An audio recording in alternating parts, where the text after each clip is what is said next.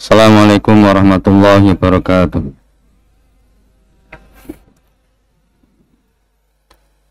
Innal hamdalillah nahmaduhu wa nasta'inu wa nastaghfiruh wa na'udzu billahi min syururi anfusina min sayyiati a'malina. Man yahdihillahu fala mudilla lahu wa man yudlil fala hadiya lahu. Asyhadu an la ilaha illallah wahdahu la syarika lah wa asyhadu anna Muhammadan abduhu wa rasuluh. Sallallahu ala nabiyyina Muhammad wa ala alihi wa ashabihi wa man tabi'ahum bi ihsanin ila yaumiddin, amma ba'd. Alhamdulillah, kita panjatkan segala puji, pengakuan serta kecintaan untuk Allah Subhanahu wa taala. Karena semata di malam hari ini kita bisa melanjutkan kembali pelajari bersama kitab Akhlaqul Ulama karya Imam Abu Bakar Muhammad bin Husain Al-Ajurri rahimahullah taala. Kita lanjutkan pada asar yang ke-68 dengan mohon pertolongan kepada Allah Subhanahu wa taala. Semoga Allah Azza wa Jalla senantiasa memberikan kemudahan bagi kita semuanya di dalam menuntut ilmu syar'i, di dalam memahaminya, mengamalkan serta mengajarkan atau mendakwahkan kepada yang lainnya. Semoga Allah SWT menjadikan ilmu kita sebagai ilmu yang bermanfaat dan diberkahi. Ikhwani fiddin rahimani wa rahimakumullah. Di asar yang ke-68 Al-Imam Al-Ajurri rahimahullah ta'ala menyebutkan sebuah asar dari sahabat yang mulia atau sebuah hadis dari sahabat yang mulia Abu Hurairah radhiyallahu taala anhu. Disebutkan di sini akhbarana Abu Bakr yaitu Al-Imam Al-Ajurri rahimahullah taala telah mengkhabarkan kepada kami. Al-Imam Al-Ajurri rahimahullah taala mengatakan akhbarana telah mengkhabarkan kepada kami Abdul Abbasi Ahmad bin Sahlin, seorang rawi yang thiqah. Ahmad bin Sahal mengatakan akhbarana Bishr bin Walid, ya Bishr bin Walid, rawi yang thiqah juga. Dia mengatakan akhbarana Fulayh bin Sulaimana. Ini yang menjadi permasalahan Fulayh bin Sulaiman. Sebagian ulama mendhaifkannya, sebagian ulama yang lain mengatakan dia ini rawi yang hasan. Baik. Secara umum, anak condong Fulayh bin Sulaiman ini sadukun yukhti, antara hasan dan dhaif. An Abdullah bin Abdurrahman bin Ma'marin, dari Abdullah bin Abdurrahman bin Ma'mar thiqah. An Sa'id bin Yasarin, rawi yang thiqah juga. An Abi Hurairah, dari sahabat yang mulia Abu Hurairah radhiyallahu taala anhu.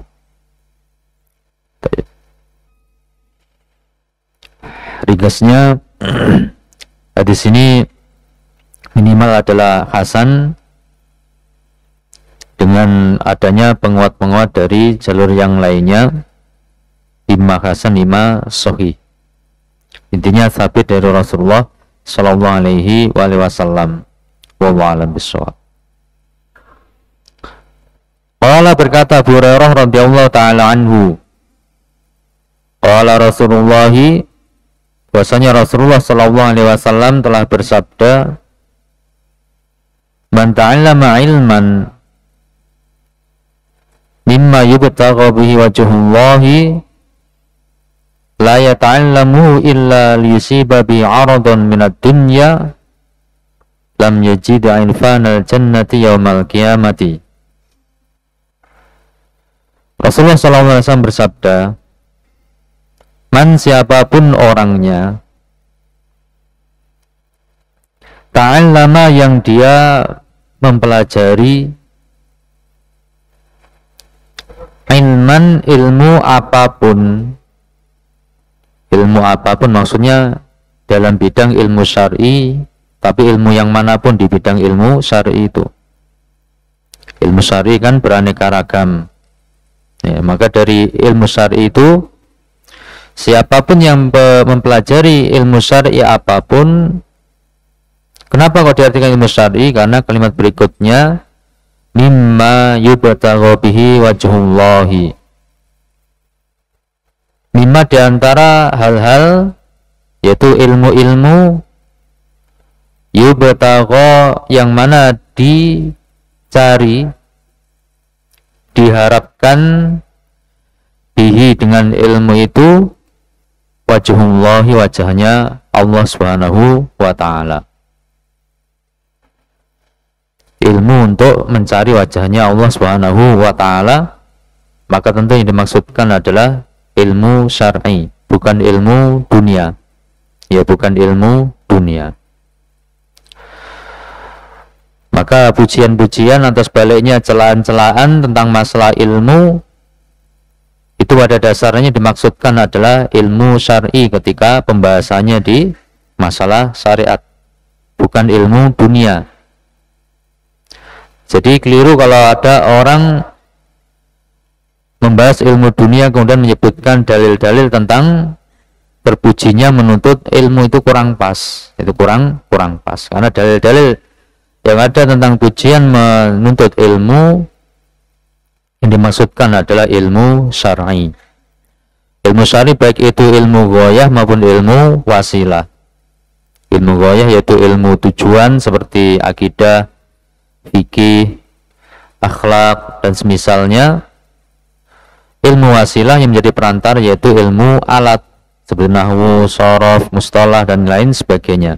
Ini semuanya termasuk bagian dari ilmu syar'i. Ya, bagian dari ilmu syar'i.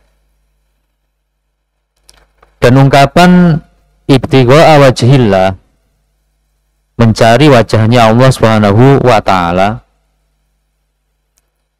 ditinjau dari sisi maksudnya itu bermakna al-ikhlasu lillahi ta'ala, ikhlas karena Allah Subhanahu wa ta'ala. Ya. Jadi teman-teman perhatikan ungkapan ibtigha'a wajhillah ataupun semisalnya itu mencari wajahnya Allah, yang dimaksudkan adalah ikhlas karena Allah Subhanahu wa ta'ala.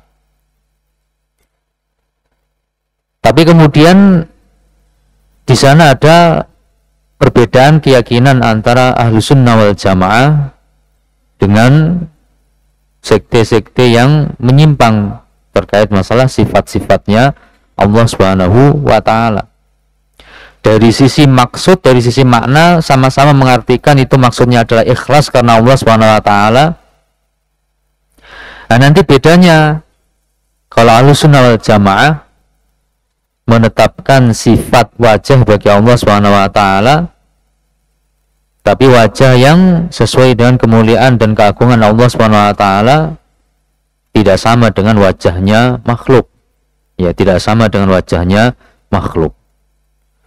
Jadi kalau orang-orang dari kalangan Ahlul Bid'ah, mereka menafikan sifat wajah dari Allah Subhanahu wa ta'ala. Padahal dalam banyak ayat disebutkan tentang sifat wajah bagi Allah Subhanahu wa ta'ala. Baik. Maka Ahlus Sunnah wal Jamaah berjalan di atas rumus ini sebagaimana yang termaktub dalam firman Allah Subhanahu wa ta'ala di surah Asy-Syura ayat 11, laisa kamitslihi syai'un wa huwas samiul basir. Tidak ada sesuatu apapun yang sama dengan Allah Subhanahu wa ta'ala. Tapi Allah itu as-sami'u, zat yang maha mendengar, al-basiru, zat yang maha melihat. Zat yang maha mendengar dan maha melihat. Maka di situ rumusnya Ahlus Sunnah wal Jamaah menetapkan Allah itu memiliki sifat mendengar, Allah itu memiliki sifat melihat, tapi sifat mendengar dan sifat melihatnya Allah SWT itu beda dengan pendengaran dan penglihatan yang ada pada makhluk. Akan tetapi penglihatan dan pendengaran Allah SWT itu sesuai dengan kemuliaan dan keagungan Allah SWT. Ini cara berpikirnya Ahlussunnah wal Jamaah sesuai dengan rumus ayat tadi, laisa kamitslihi syai'un wa huwas samiul basir, dan ini berlaku untuk seluruh sifat-sifatnya Allah SWT. Nah, maka tidak sebagaimana orang-orang ahli bid'ah yang mereka memiliki persangkaan yang keliru. Kalau kita tetapkan sifat tertentu bagi Allah, berarti kita menyamakan Allah dengan makhluk. Kalau kita tetapkan sifat wajah bagi Allah, berarti menyamakan Allah dengan makhluk. Itu pemahaman yang keliru. Para ulama salaf, di antara contohnya yaitu Al-Imam Ishaq bin Rahawai rahimahullah ta'ala, beliau temannya Imam Ahmad bin Hanbal rahimahullah ta'ala, termasuk imam madhab juga. Beliau mengatakan yang namanya menyamakan antara sifatnya Allah dengan sifatnya makhluk, ketika seseorang mengatakan Allah punya sifat wajah, wajahnya seperti wajahnya makhluk, Allah punya sifat tangan, tangannya seperti tangannya makhluk, yaitu yang namanya menyamakan. Tapi kalau seorang mengatakan Allah punya sifat wajah, wajahnya sesuai kemuliaan dan keagungannya, tidak sama dengan wajahnya makhluk, itu bukan menyamakan namanya. Itu bukan menyamakan sifatnya Allah SWT dengan sifatnya makhluk. Dan ini berlaku untuk seluruh sifat-sifatnya Allah SWT seperti itu. Nah, kalau seandainya mengikuti logika berpikirnya orang-orang ahlu bid'ah itu, ya, sekalian aja bilang Allah tidak ada, orang begitu. Allah tidak ada, kenapa? Antum kan ada. Antum ada apa tidak? Kalau antum tidak ada, ya berarti siapa yang ngomong di depan ana ini, kan begitu. Antum ada kan? Antum ada. Nah, berarti supaya nggak sama dengan antum, antum bilang aja Allah tidak ada, supaya tidak sama dengan antum. Itu kalau logika berpikirnya seperti logika berpikirnya ahlu bid'ah. Antum bilang aja Allah nggak mendengar, Allah nggak melihat, kenapa? Karena antum kan melihat, antum mendengar. Supaya nggak sama, antum bilang aja Allah nggak mendengar, Allah nggak melihat. Nah, itu kalau diilzam kepada logikanya orang-orang ahlu bid'ah. Jadi yang benar adalah logika berpikirnya orang-orang ahlu sunnah. Kita tetapkan setiap sifat yang telah Allah tetapkan atau yang telah ditetapkan oleh Rasulullah SAW, tapi sesuai kemuliaan keagungan Allah, tidak sama dengan sifatnya makhluk. Ini berlaku untuk seluruh sifat. Ya, sifat ada, sifat hidup, sifat mendengar, sifat melihat, sifat tangan, sifat wajah, ya, dan seterusnya berlaku rumus tersebut. Khonifitini rahimani wa rahmakumullah. Kembali ke pembahasan. Jadi itu perlu untuk difahami, karena sebagian dari ikhwah kita salafi juga salah paham tentang masalah ini. Jadi kalau ada ungkapan ibtigha wajhillah, mencari wajahnya Allah SWT, kemudian diterjemahkan dengan ikhlas karena Allah, itu secara makna betul, itu secara makna benar, karena memang yang dimaksudkan adalah ikhlas karena Allah SWT. Yang keliru itu ketika kemudian punya keyakinan bahwasanya Allah tidak punya sifat wajah. Kalau yang paling aman tetap aja dibilang melakukan amalan tertentu untuk mencari wajahnya Allah SWT, maksudnya ikhlas karena Allah SWT, itu yang paling aman. Tapi kan jadi panjang, ya, jadi panjang. Tapi titik perbedaan Ahlussunnah dengan Ahlul Bid'ah di sisi penetapan sifat wajah bagi Allah SWT.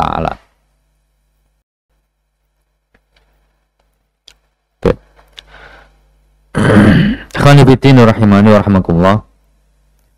Man ta'allama, siapapun yang mempelajari ilmu apapun, ilman nakirah fi siyaqi syarat berarti umum, ilmu apapun, mimma yubtagha bihi, mimma dari ilmu-ilmu, yubtagha yang mana diharapkan, dicari bi dengan ilmu itu. Apa yang dicari? Wajhullahi, wajahnya Allah Subhanahu wa ta'ala. Maka kalimat ini menunjukkan yang dimaksudkan adalah ikhlas karena Allah Subhanahu wa ta'ala, yaitu ilmu syar'i. Karena kalau ilmu duniawi tidak ada masalah. Ya, seorang belajar kedokteran tujuannya supaya nanti jadi dokter kemudian dapat uang, ya nggak masalah, memang ilmu duniawi. Ya, seorang belajar engineer, insinyur, kemudian tujuannya untuk nanti dia dapat uang dari kerjaannya, ya tidak ada masalah, memang itu ilmu duniawi. Beda kalau ilmu agama. Ilmu agama ini ilmu yang agung, tidak bisa direndahkan dengan tujuan hanya sekedar untuk mencari perkara-perkara duniawi. La yata'allamuhu, dia tidak mempelajari ilmu tersebut illa kecuali liyusiba, supaya dia mendapatkan bihi dengan ilmu syar'i itu aradon minad dunya, suatu harta minad dunya dari perkara-perkara duniawi. Harta di sini bukan berarti pembatasan, bukan terbatas pada uang, tapi juga nanti diperluas kepada hal-hal lainnya dari perkara-perkara duniawi. Siapa nuntut ilmu agama tapi tujuannya bukan wajahnya Allah SWT, tidak ikhlas, tapi tujuannya untuk mendapatkan keuntungan duniawi, maka diancam lam yajid irfanal jannati yaumal qiyamati. Lam yajid, niscaya dia tidak akan mendapati irfanal jannati, bau harumnya surga, ya, aroma harumnya surga, yaumal qiyamati, pada hari kiamat nanti, ya, pada hari kiamat nanti. Tapi ringkasnya di sini sabit dari Rasulullah Shallallahu Alaihi Wasallam, tapi ada khilaf ya di antara para ulama ahli hadis rahmatullahi alaihim ajmain. Qanibitini rahimani wa rahmakumullah.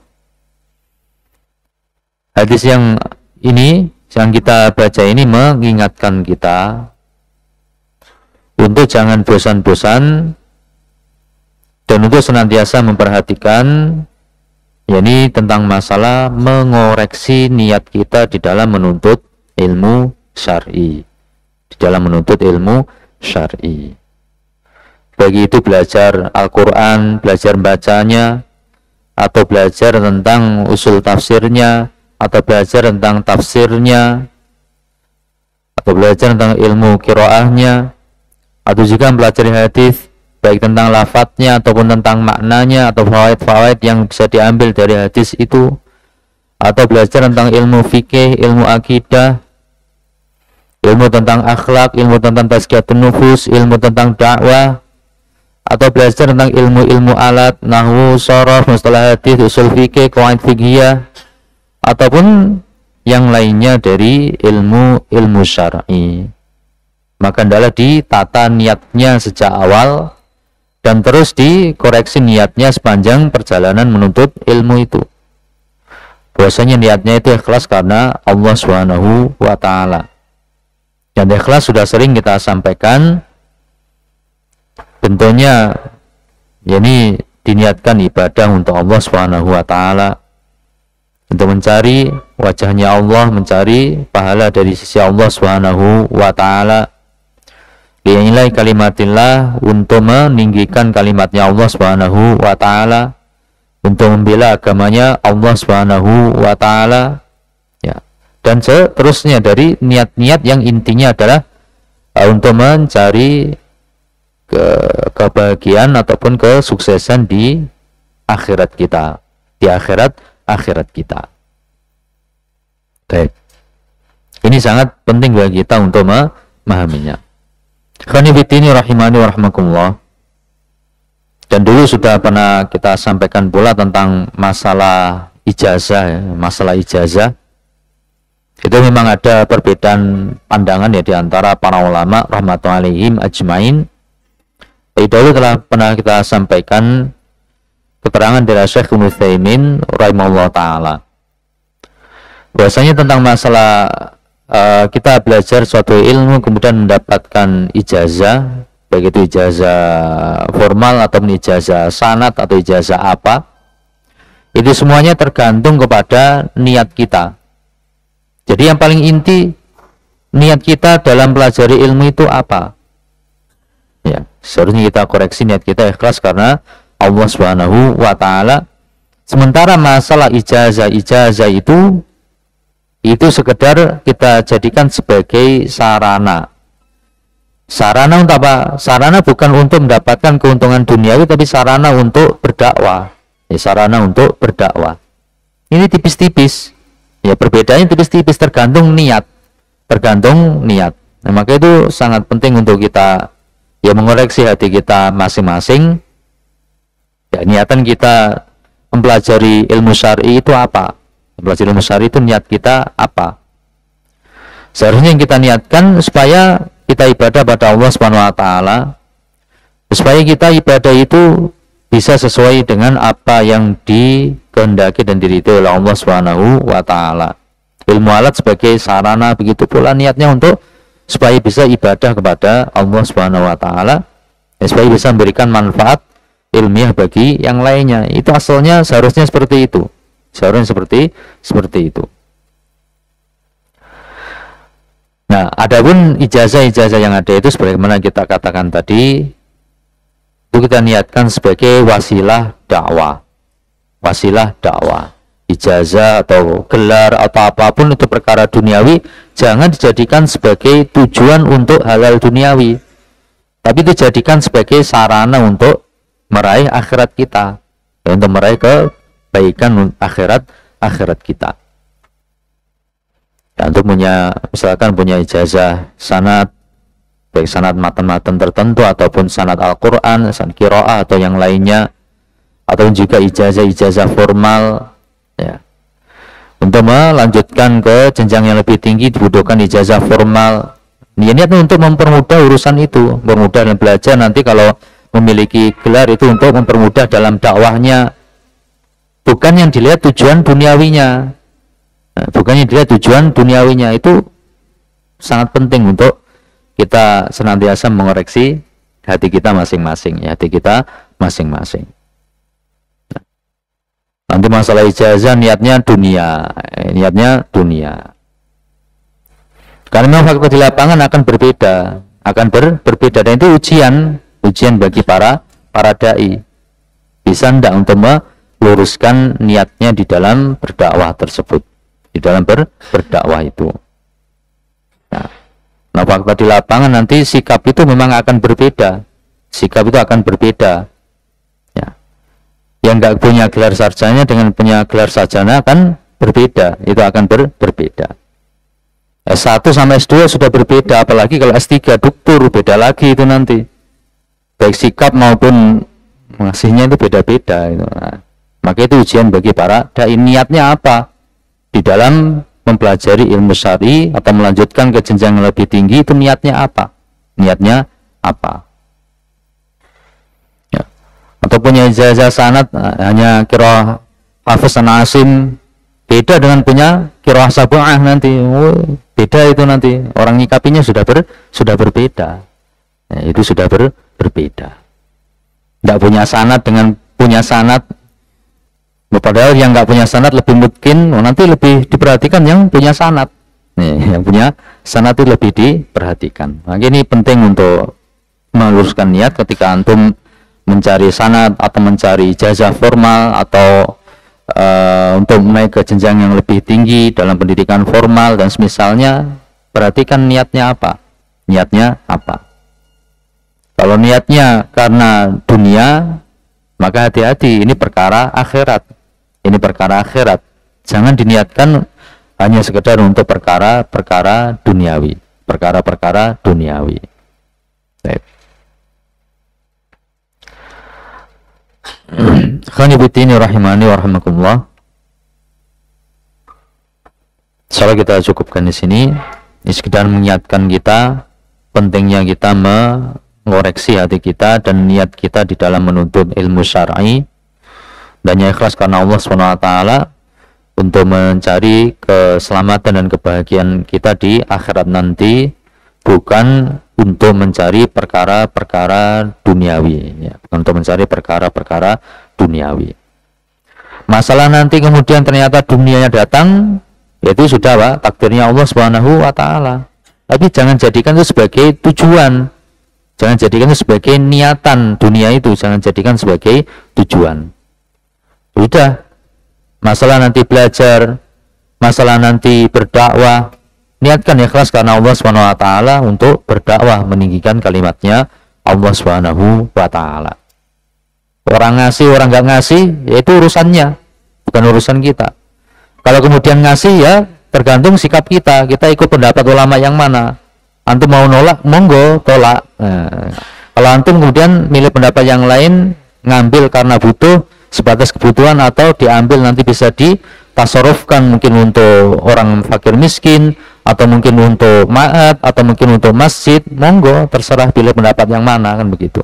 Tapi yang penting awalnya niatnya itu akhirat, niatnya untuk Allah Subhanahu wa taala.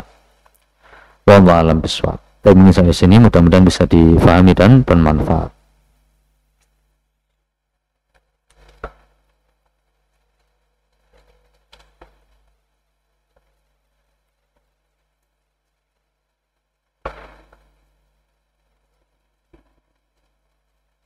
Apakah benar matahari mengelilingi bumi? Baik. Jadi seorang mukmin meyakini bahwasanya matahari itu mengelilingi bumi. Ya, kita meyakini teori geosentris, ya, teori geosentris namanya. Geo itu apa? Geo itu bumi, sentris itu pusatnya. Jadi alam semesta ini pusatnya bumi. Ini bumi, alam semesta ini mengelilingi bumi, matahari mengelilingi bumi. Adapun yang banyak dipelajari di sekolah-sekolah sekarang kan heliosentris. Heliosentris yaitu maksudnya pusatnya adalah helio, matahari. Matahari sebagai pusatnya bumi mengelilingi matahari. Ya. Tapi yang benar adalah geosentris, bahwasanya matahari itu mengelilingi bumi. Matahari mengelilingi bumi. Allah SWT telah menegaskan, wasyamsi tajri limustaqarrin laha, dzalika taqdirul azizil alim. Dan matahari itu ini tajri, dia berjalan, dia beredar, ya, dia beredar di garis orbitnya, limustaqarrin laha, untuk garis orbitnya yang telah ditetapkan oleh Allah Subhanahu wa taala. Jadi mataharinya yang keliling, mataharinya yang mengalami rotasi mengelilingi bumi, bukan buminya yang mengelilingi matahari, ya. Tapi mataharinya yang mengelilingi bumi. Nah, ini keyakinan kita seorang yang beriman, dan para ulama telah memberikan pembahasan tentang masalah itu seperti Syekh bin Baz rahimahullah taala dan yang lainnya. Wallahu a'lam bishawab.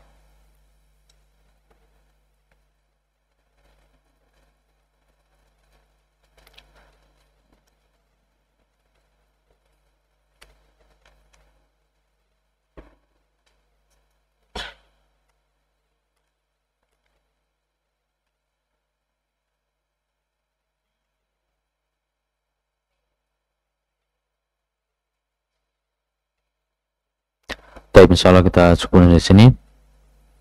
Mudah-mudahan apa yang kita pelajari bisa difahami dan bermanfaat untuk hati kita, dunia kita, dan akhirat kita. Kalau ada benarnya dari Allah Subhanahu wa taala, ada kelirunya karena keterbatasan ilmu ana, semoga diampuni oleh Allah Subhanahu wa taala. Ada kurang yang mohon dimaafkan. Subhanakallahumma bihamdika asyhadu an la ilaha illa anta astaghfiruka wa atubu ilaik. Wa akhiru da'wana alhamdulillahi rabbil alamin. Wassalamualaikum warahmatullahi wabarakatuh.